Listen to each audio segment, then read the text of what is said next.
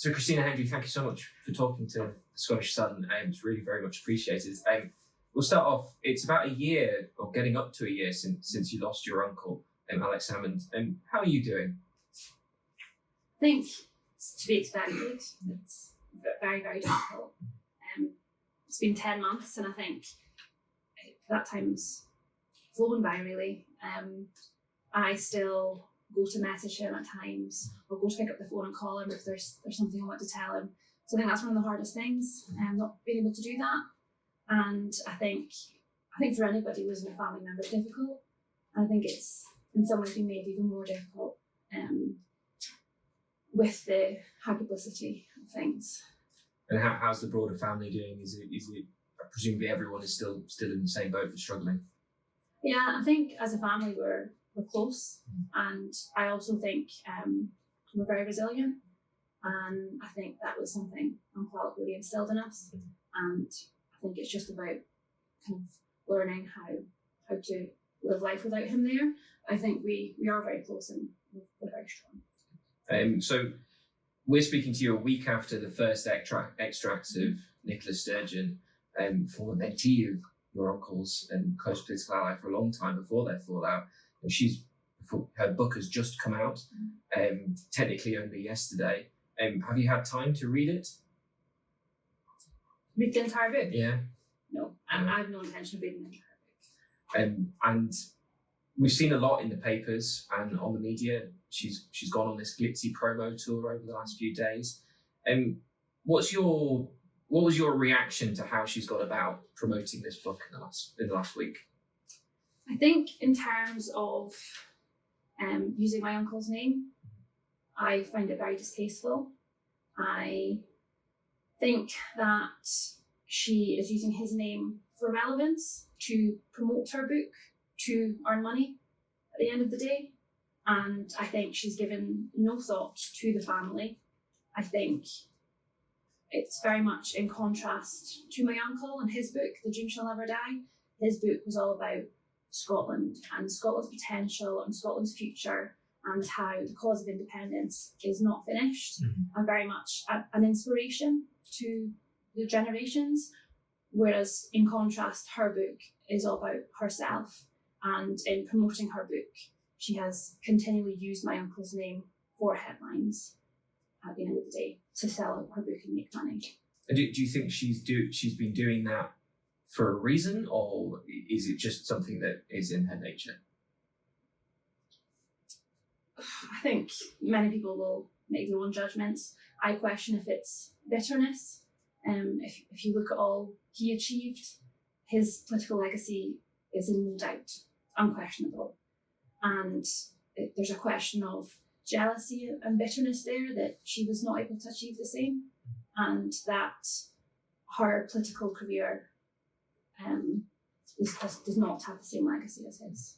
How would you describe those attacks? How do you picture them? How do you see them? In terms of what she said? Yeah. I think in some ways it's quite cruel to use a man's name and to make these accusations and these attacks when he is not here to defend himself. There's an element of cowardness. She could have said these things. She has said herself, they've not been friends for a number of years. She could have said these things in the past few years, and she's not. She's chosen to wait until he is no longer here to defend himself, and it's left to the family to deal with this. And I think there's an element of cowardice to that. I mean, what has hurt the most of everything that you've heard or seen in the last week? What individual thing has really punched you in the gut and punched the family in the gut?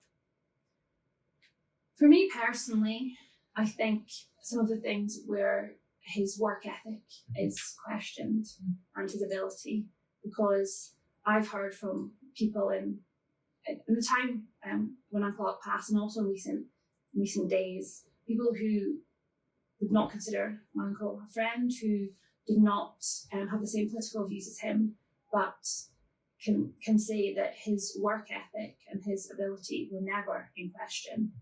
And so to have someone who was meant to be his friend back in the day who she has said herself was a mentor, to then have these qualities questioned. I think previously she had called my uncle a mentor and a good friend when it suited her. And now when it suits her, she's saying things are very different in order to sell a book and make money. I think some of your uncle's allies have suggested that she's, you yourself as well, that she's cashing in on your uncle's death and maybe even dancing on his grave. Is that something that you think she's doing? Is that how you would describe it? Yeah, I think I can't see any other reason than cashing in. It just seems quite a coincidence that the times that she's saying this is the times that she's selling her book. You said there was cowardice. Do you think she is a coward? I think her behaviour is cowardice. I mean, your uncle is, we spoke already, it's only been 10 months since he passed. Mm-hmm. If he was alive, we all remember what Alex was like when he was alive. He was gregarious, he was a very passionate man. What would his reaction have been to what's being written about him and more broadly in the Sturgeon's book? Well, I think, first of all, we all know that if he was still here, these things would not be being said. She didn't say them when he was alive. She's only saying them now that he's no longer here and no longer here to defend himself. I think my uncle spent his political career and spent his time bigging up Scotland and looking to the future and looking to make change for the better. He did not spend his time cashing in on others' legacy or using their name or dragging their name through the dirt. He did not spend his time doing that. He always thought his priority was always Scotland and Scotland's people, and he would not have done this. How would you describe? I mean, I just want to probe briefly. You're suggesting that Nicola Sturgeon is maybe a narcissist, someone who is so inward looking that she's maybe missing the bigger picture of her legacy. Is that fair? Is that a fair assessment of how you're viewing what's been in that book? Well, I'd question what Nicola thinks her legacy is when she could have spent this time talking about her own political achievements, and instead she's making accusations against a man who is no longer here and also a man who was her mentor. My uncle built the SNP up. He left, when he stepped down, he left a successful party. And the years that have followed, the division that's followed, that was not his doing. Would you describe it as maybe a score-settling memoir? I'm unsure what score she feels she needs to settle. That's certainly some people's argument, is that she's gone through this memoir. Alex looms large over vast sections of this book, and some of the critics have suggested that she's written this after his death to basically rewrite history. I think I can't speak for her. Sure. And I think many people are struggling to understand why she would do this, and why she would have such disregard for the family and their feelings. She said in herself in an interview, someone had shown me how when he passed she felt like she was hit with a wave of grief. She said that she cried and she found it very difficult. Not once have I seen her mention any thought to the family and what they're going through and what they're continuing to go through with all of these headlines that she has about my uncle. And has Alex's widow Moira been following any of this at all? Do you know how she's feeling and coping with what is a bombarding of news? I obviously can't speak on behalf of Moira. I just know that she will miss him most of all.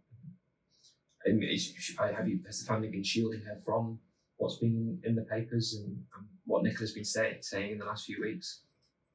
I think in the world we live in now, you cannot avoid seeing or hearing things that are in the news. Have you spoken to her about it at all?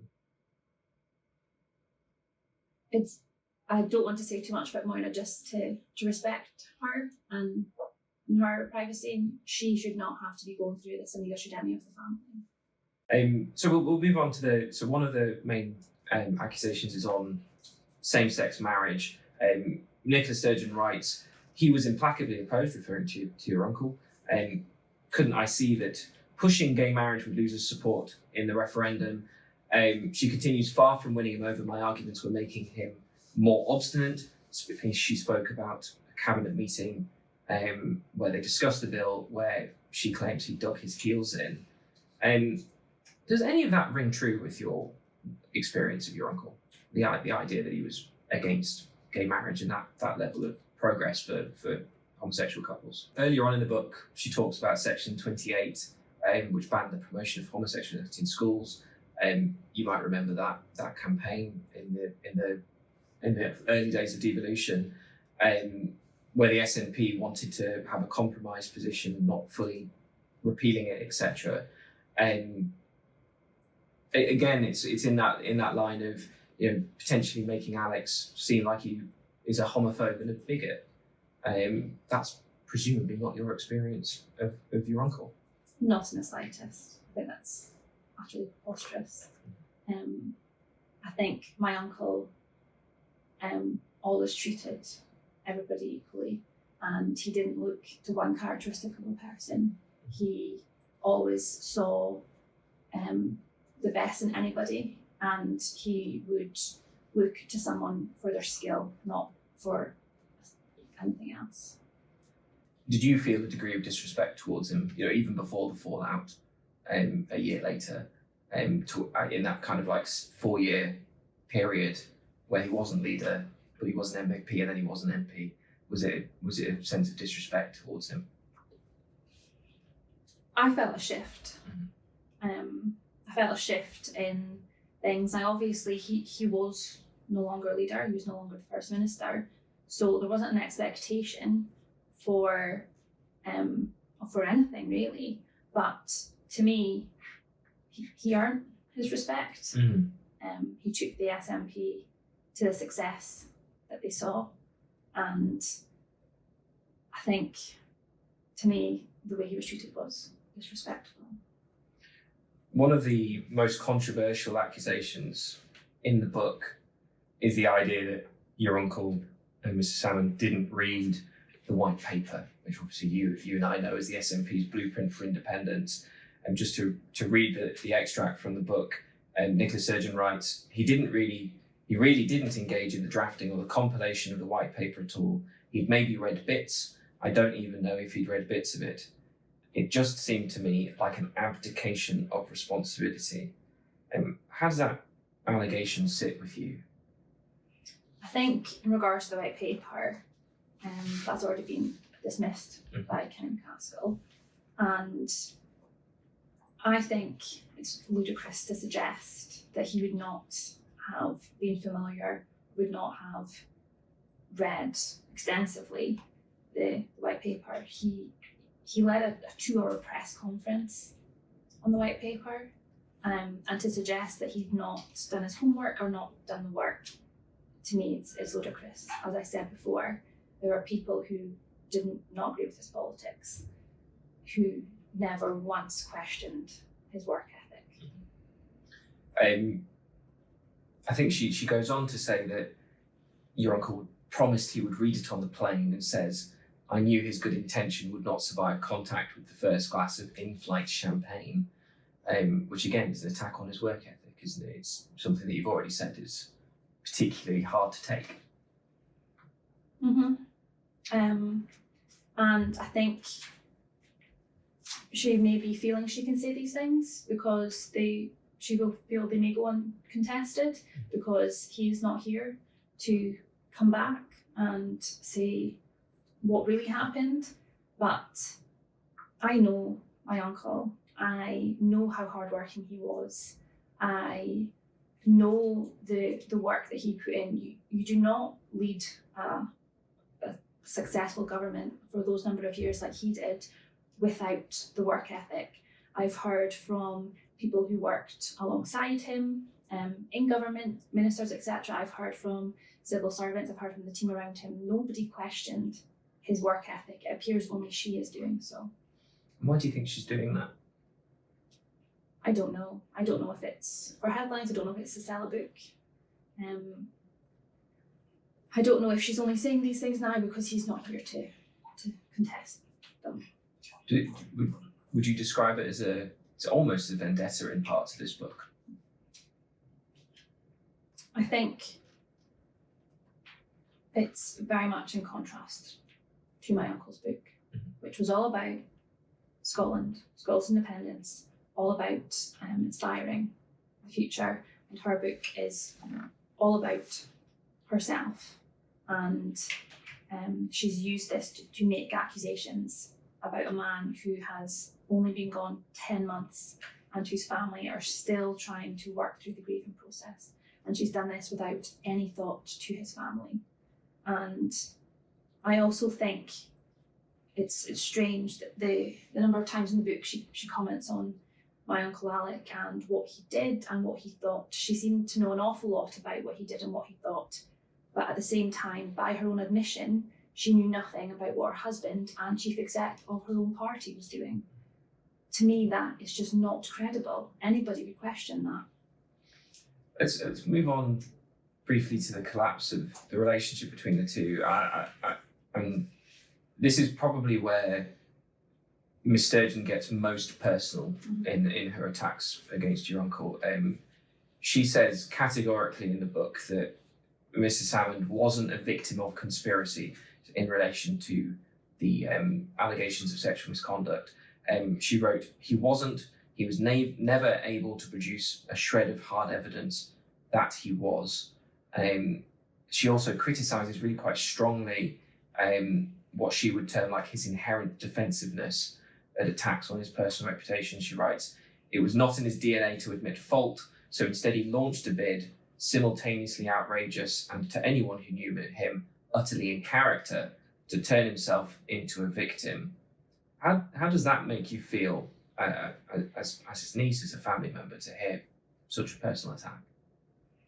I think, first of all, anybody would find that she seems to be questioning the result of the highest court in Scotland. He was acquitted by a jury of his peers, majority of whom were women, and she appears to think, I'm unsure, that she knows better than the justice system, or she appears to question the justice system in Scotland.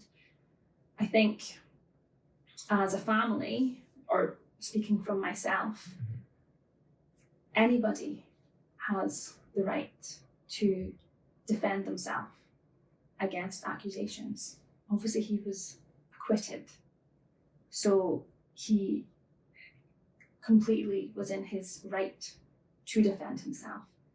And it appears, again, she is dismissing the result of the highest court in Scotland.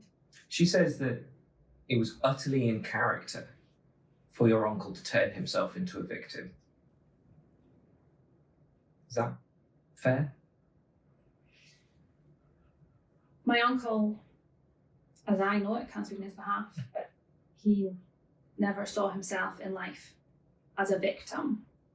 In this case, he was defending himself, as we all have the right to do.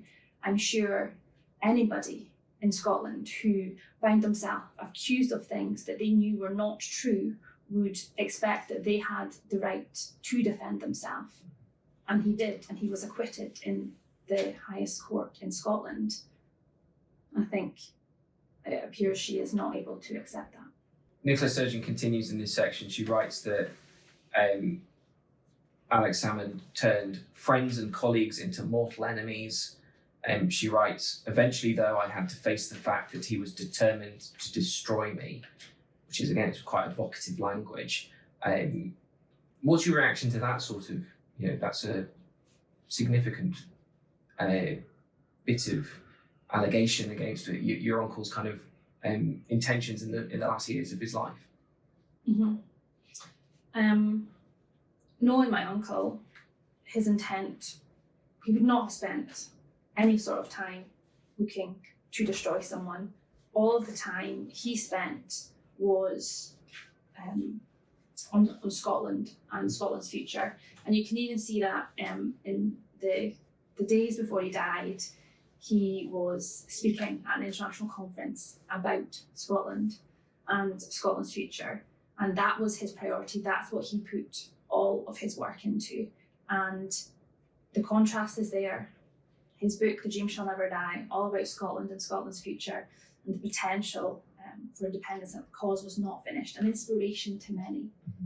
In contrast, her book is all about herself, where she feels she can say whatever she likes about a man who is no longer here to defend himself, only 10 months after he passed, and not giving 1 ounce of thought to the family and what they're going through in their continual grief. Kenny McCaskill, you've mentioned him already, the current Labour Party leader, and also probably your uncle's, correct me if I'm wrong, but probably your uncle's closest political friend and ally over his career and life, said of the claims in Nicola Sturgeon's book that, quote, years were taken off his life by the stress he had to endure through actions perpetrated by Nicola Sturgeon and her cabal. He adds, seeking to rewrite history now and big herself up whilst doing down Alex Salmond is shameless. Do you agree with that? I think anybody would say the stress that caused likely contributed to his death. And it's actually really sad to think about, that had that all not happened, that he could still be with us. And I think there's many, many people that have to think carefully about their actions. Going back, just to speak about when your uncle died last year, spoken quite openly and candidly about it before. Losing someone is never easy at the best of times. Did the fact that it happened overseas make things all that more difficult last October? I think, understandably, make things challenging. But the way I see it is, my uncle spent his last moments representing Scotland on the international stage, and that is something I will forever be proud of. The former MP, Tasmina Amach, was there at the conference in North Macedonia with Alex too. How much weight was put on her shoulders, and how much did she help at the time? I think in terms of Tasmina, again, I can't speak for her, but I know that for me, it's been a great comfort having Tasmina there in the months that have followed, because we are all continuing with my uncle's legacy for my uncle and for Scotland, and it is a great comfort having Tasmina there at all these political events and doing things with her. Obviously she was very close to your uncle politically in the last few years and as a friend. Was it comforting to know that he was surrounded by friends and colleagues around the time that he died? Yeah, there was an element of comfort in that. And again, like I said, the reason he was there representing Scotland and doing something that he loved. And the family's still friendly with presumably all of the people who were around him at that point. Speaking on behalf of myself, yeah. And how is Tasmina doing? We don't see much of her in the public eye anymore. Tasmina is always busy. Tasmina is always busy, and Tasmina works extremely hard for Scotland. Going back again to that time, how did you find the response from Nicola Sturgeon at that time? She was quiet for a bit. She perhaps thought that it was better to say nothing for a while. And what was your feeling at that point? I think perhaps if she thought it was better to say nothing at that time, I don't know what has now changed, because it is only 10 months since he's passed, and it likely is better to continue to say nothing, to let the family grieve, to let my uncle rest in peace. There was talk after your uncle's death of his civil legal action against the government continuing, with Moira having the authority to do so after all the various legal issues with the estate were completed. And on a personal point, would you like to see that case continue? Personally, yes. Personally, I will do whatever it takes to continue my uncle's work and continuing to clear his name. And I mean, what could that entail? Is that taking the government to court? I know that was where we were beginning to be before your uncle died. Would that be your hope that that goes all the way? I won't comment on kind of the individual aspect of it, but my hope is that everything comes to light, the truth comes to light, and that those who dismissed claims previously of this conspiracy theory are proven to be incorrect. And finally, you are obviously hoping to stand as an MSP next year in your uncle's former Banff and Buchan seat and for the Alba party. Alba are unsurprisingly no friends to the SNP, and there'll be critics who will read and watch this interview and say that your comments are politically motivated. What would you say to them in response? So I would say I don't want to be here. No offence to yourself. Don't take it. But preferably, I would not like to be here.